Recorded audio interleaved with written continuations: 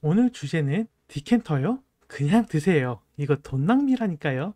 라는 주제를 가지고 유튜브 스트리밍 시작하도록 하겠습니다.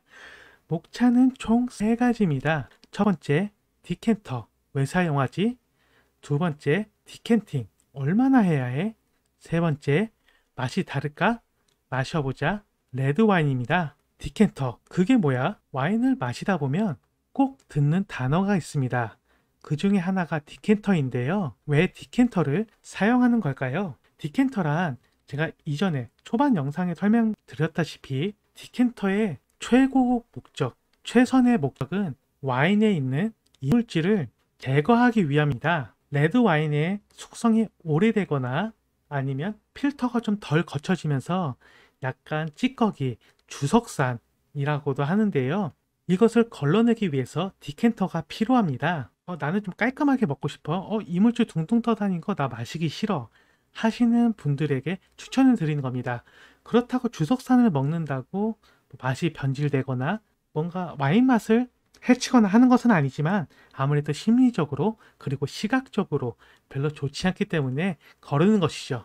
앞서 말씀드렸다시피 이물질, 주석산을 제거하는 역할도 있지만 닫혀있는 와인을 열어서 맛과 향을 최대한 풍부하게 즐기기 위함도 있습니다. 디켄터 모양은 크게 2가지로 나눌 수 있습니다. 병 입구가 좁은 디켄터, 병 입구가 넓은 디켄터, 이렇게 구분할 수가 있는데요. 좁은 디켄터는 처음에 설명드렸던 주석산이나 와인 찌꺼기를 제거하기 위해서 입구가 작은 것이고요. 입구가 넓은 것은 공기를 최대한 넣음으로써 와인이 가지고 있는 맛과 향을 최대한 열어주는 효과가 있습니다. 그렇기 때문에 내가 어떤 목적으로 하는 것인지를 알고 병 입구 모양에 따라 구매하는 것이 좋습니다. 관리 방법은 아무래도 디켄터가 일반적인 유리잔과 좀 다르기 때문에 관리하는 것은 솔직히 말하면 그렇게 쉽지는 않습니다. 그리고 유리이기 때문에 철수세미나 되게 거친 것으로 하다 보면 유리에 기스가 나거나 망가지는데 원인이 되기 때문에 되게 부드러운 소리라든지 디켄터 전용 청소 도구를 가지고 하는 것이 좋습니다. 디켄팅. 디켄팅은 어떻게 해야 하는 거지? 그리고 얼마나 하면 되는 거야? 첫 번째, 디켄팅 얼마나 하는 것은 와인에 따라 다릅니다. 모든 와인에 똑같은 시간을 두어서 하는 것은 아니고 어떤 와인 품종은 30분, 어떤 와인 품종은 1시간, 최대 3시간까지 갈 정도로 품종에 따라 다른데요.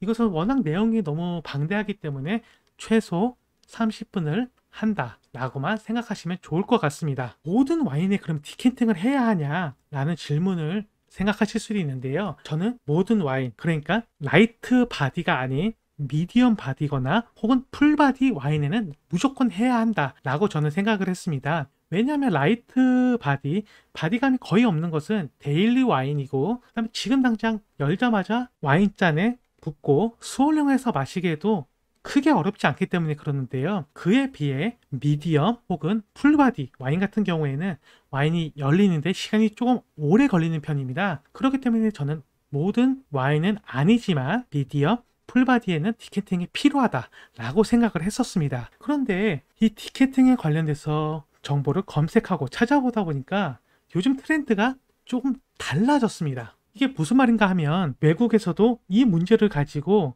여러 사람들끼리 논쟁이 있었고 기사가 있었습니다. 첫 번째, 디켄팅이 꼭 필요하냐? 아니야. 디켄팅은 병 브리딩, 그러니까 디켄터에 옮기지 않고 와인을 오픈한 상태에서 공기만 접촉해도 충분해 라는 입장이 있었는데요. 이것은 먼저 다 효과가 없다, 그러니까 와인 전문가들이 병 브리딩은 효과가 없다라는 결론을 내렸습니다. 왜냐하면 여러분 사진에 보이는 것처럼 와인 입구는 와인 디켄터처럼 넓지 않을 뿐더러 공기가 들어온다고 하더라도 접촉하는 면이 매우 작기 때문에 디켄팅에 의미가 없다. 차라리 와인을 와인잔에 부어놓고 스월링을 하거나 공기를 접촉하는 것이 오히려 더 효과가 있다라고 얘기가 나왔는데요. 또 다른 파가 나왔습니다. 모든 와인에 디켄팅을 해야 된다? 아니다. 어리고 빈티지가 짧은 여성만 해야 된다. 올드 빈티지 와인에 하면 향과 맛이 다 죽는다 라는 얘기가 나왔는데, 최근 뉴스 기사에 따르면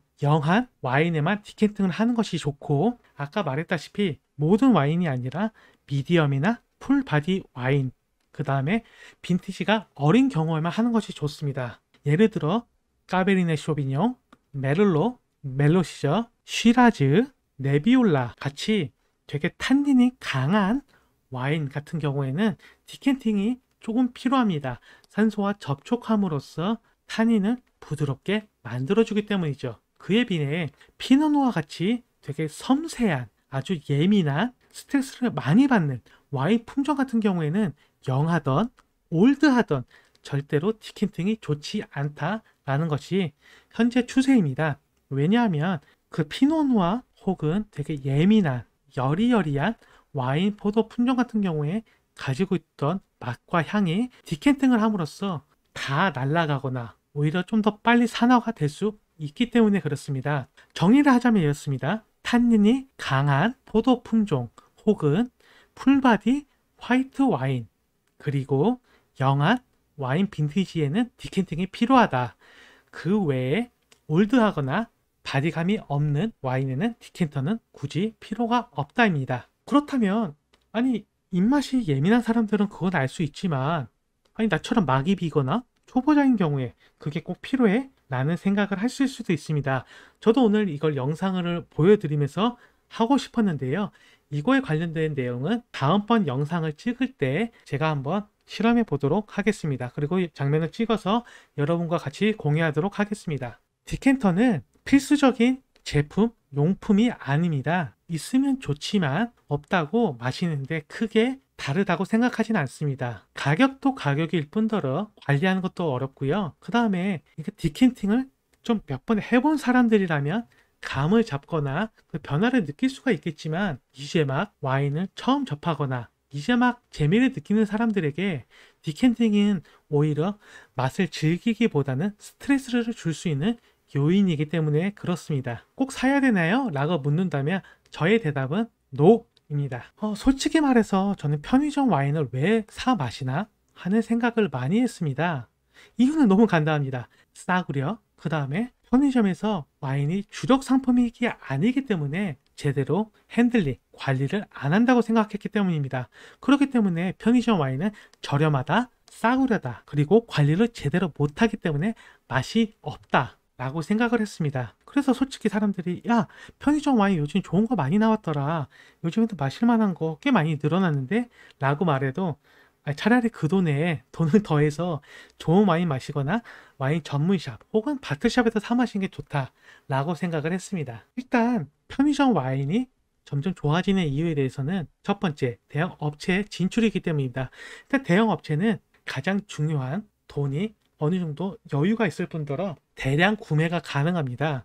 그래서 타사 혹은 다른 곳에서는 한 병에 10,000원짜리 하는 걸 대형 업체 같은 경우에는 7,000원, 8,000원 꽤 합리적인 가격에 구매할 수가 있습니다. 그리고 사람들이 요즘에 와인을 많이 마심으로써 사람들이 인기가 있거나 가격과 맛이 꽤 좋은 와인을 구매하는 경우가 많은데요. 예전에 제가 저희 집 근처에 있는 CU 편의점, GS 편의점에 봤을 때는 햇빛이 좀 닿기 쉬운 공간 혹은 문이 열리는 근처에 와인을 보는 경우가 많았습니다. 외부 온도와 내부 온도가 다르기 때문에 와인에 데미지를 입거나 와인의 맛이 변질될 가능성이 굉장히 높았는데요. 최근에는 서늘한 곳에 두거나 아니면 그런 온도, 데미지를 좀 받지 않는 곳에 와인을 진열해 놓고 있습니다. 그렇기 때문에 예전과 다르게 맛, 가격, 그 다음에 가성비를 꼭 잡고 있죠. 아까도 말했다시피 편의점은 무조건 싸구려야, 무조건 맛없어, 퀄리티 그런 거 기대하지 마 라는 수준이었다면 지금은 오히려 블로그, 유튜브 뿐만 아니라 다양한 SNS에서 편의점 와인 맛있다, 편의점 와인 괜찮다, 이 와인 가성비 좋다, 장기 숙성이 아닌 데일리 와인으로서 편의점 와인은 꽤 곽광을 받고 있습니다. 그리고 가끔씩 이벤트로 장기 숙성할 수 있는 고가의 와인들을 들어오기도 하는데요. 고가의 와인은 구매하기보다는 데일리 와인으로 아니면 내가 가볍게 친구들과 혹은 피크닉 아니면 나 혼자 혼술하고 싶을 때 마시기에 정말 좋습니다. 앞서 말씀드렸던 것처럼 오늘은 이 디캔팅을 통한 시음이 조금 어렵고요. 다음 영상 때 다시 한번 보여드리도록 하겠습니다. 개인적으로 이번 영상을 찍으면서 꽤 재밌었습니다. 저는 솔직히 디캔팅이 필요하나? 라는 건 저한테는 좀 약간 겁머처럼 느껴졌는데요.